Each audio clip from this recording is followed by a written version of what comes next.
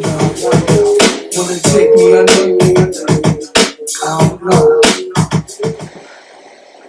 Hi Sunshines, and welcome back to the Political Bay YouTube channel. I'm Monet, aka Political Bay. I think I got that down pat now. Okay.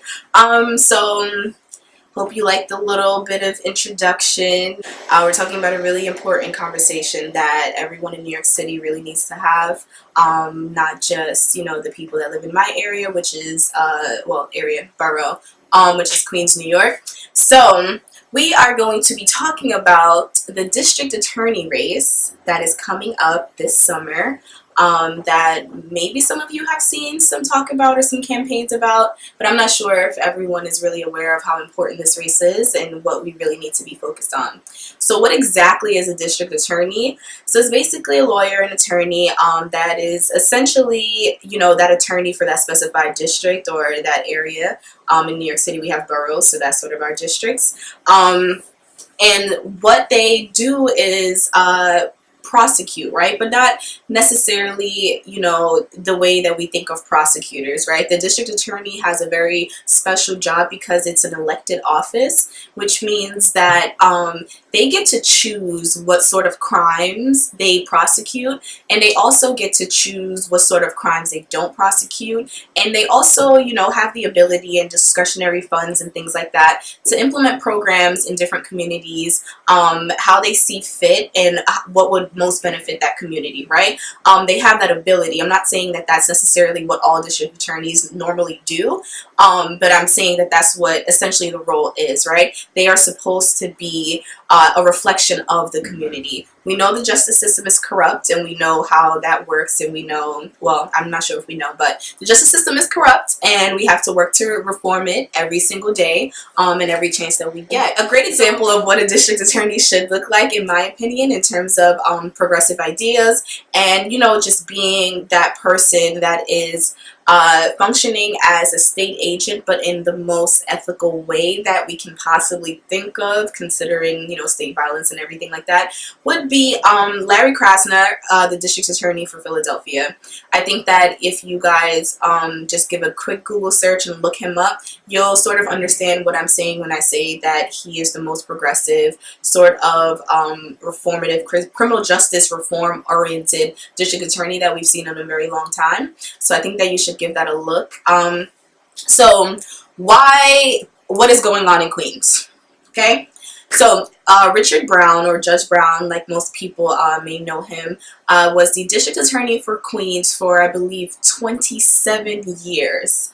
And I mentioned that this is a elected position, and that means that he went unopposed for several terms. Well, not unopposed, but practically unopposed, because it's one of those positions that you normally have for a lifetime, and we kind of know why that is. Power, you're the district attorney, like who's going to go up against you, considering all of the power that you have, right? And I think that for a very long time, the district attorney position is something that we've sort of overlooked, because I don't know if you all knew that it was an elected position, but until I started really, doing work in this, I did not know that it was an elected position. I just thought it was something that you get appointed to. So it's crazy to find out that you can elect your district attorney, which I think is super important, and everyone should sort of, be interested in that. So something like this will come across a district attorney's desk, right? So we have this person who has committed grand larceny, and what do we do with them? So the sort of district attorney that I believe should be in the Queens borough office is someone who looks at that and sees, oh wait, this is this person's first offense. It clearly looks like this person has had a history of substance abuse. Do we send them to prison, or do we send them to treatment? Right? Like, that's the sort of thing that we're looking for in a district attorney. In Queens, predominantly, Richard Brown has had a history of being the tough on crime district attorney. So, for example, the Queens office has this policy where when you're arrested for a crime, right? If you do not waive your right for a pre-trial arraignment, which is being in front of a grand jury and pleading your case, then when it's time for them to assess your case, they won't bargain with you in terms of a plea deal. And Queens is the only borough that has this policy, you know? And I think that is very interesting. You would think that this happens in other boroughs, but to my knowledge, and I think most of you all's knowledge, Queens have a lot of pockets of conservative communities that sort of believe in this, you know, tough on crime. We have to get the thugs and the criminals off the street, which we know is very racist and very coded language for the sort of white supremacy that prevails throughout the criminal justice system. And that's why I think that it's very, very important that we all take, you know, lots of time and lots of effort to look into the district attorney's position and see what sort of candidates are out there and who we should be rallying around to vote for.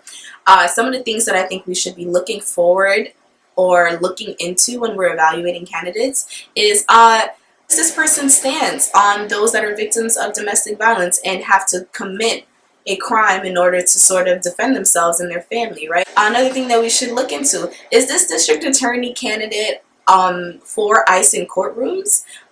Will they, you know, be willingly giving over persons who are accused of crimes to ICE officers? What is their policy on that? I think that that's something that's super important and we should all really, you know, think about when we're evaluating these candidates.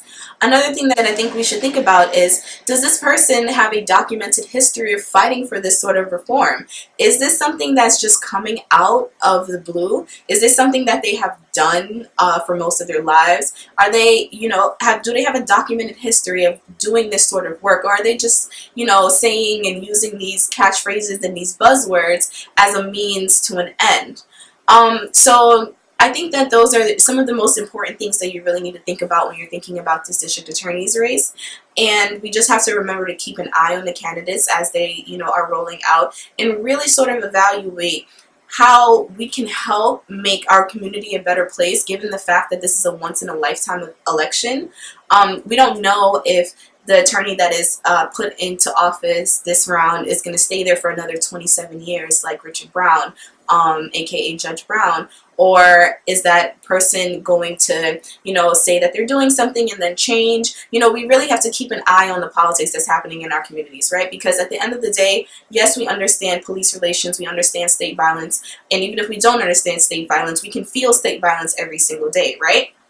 You know, sort of the unequal, unjust things that come out of the justice system. So we really have to try to play an active part in making sure that, you know, we are making a step in the right direction in terms of using our voice, using our votes, and using our platforms and our, you know, just our beings, right? So we should be talking to our families and our friends about the district attorney, because one way or another, someone we know is going to interact with the justice system. And do you want them to come across a person like Richard Brown at the end of the day? Or would you rather them come across, you know, a candidate that is progressive, a candidate that has, you know, a lot of reforms on the table? Is this candidate for, you know, bail reform? Are they for ending cash bails? Does this candidate, you know, believe in prosecuting minor criminal offenses like petty, you know, marijuana charges, you know, hopping the turnstile? Is that something that they are, you know, walking around sort of advocating for to prosecute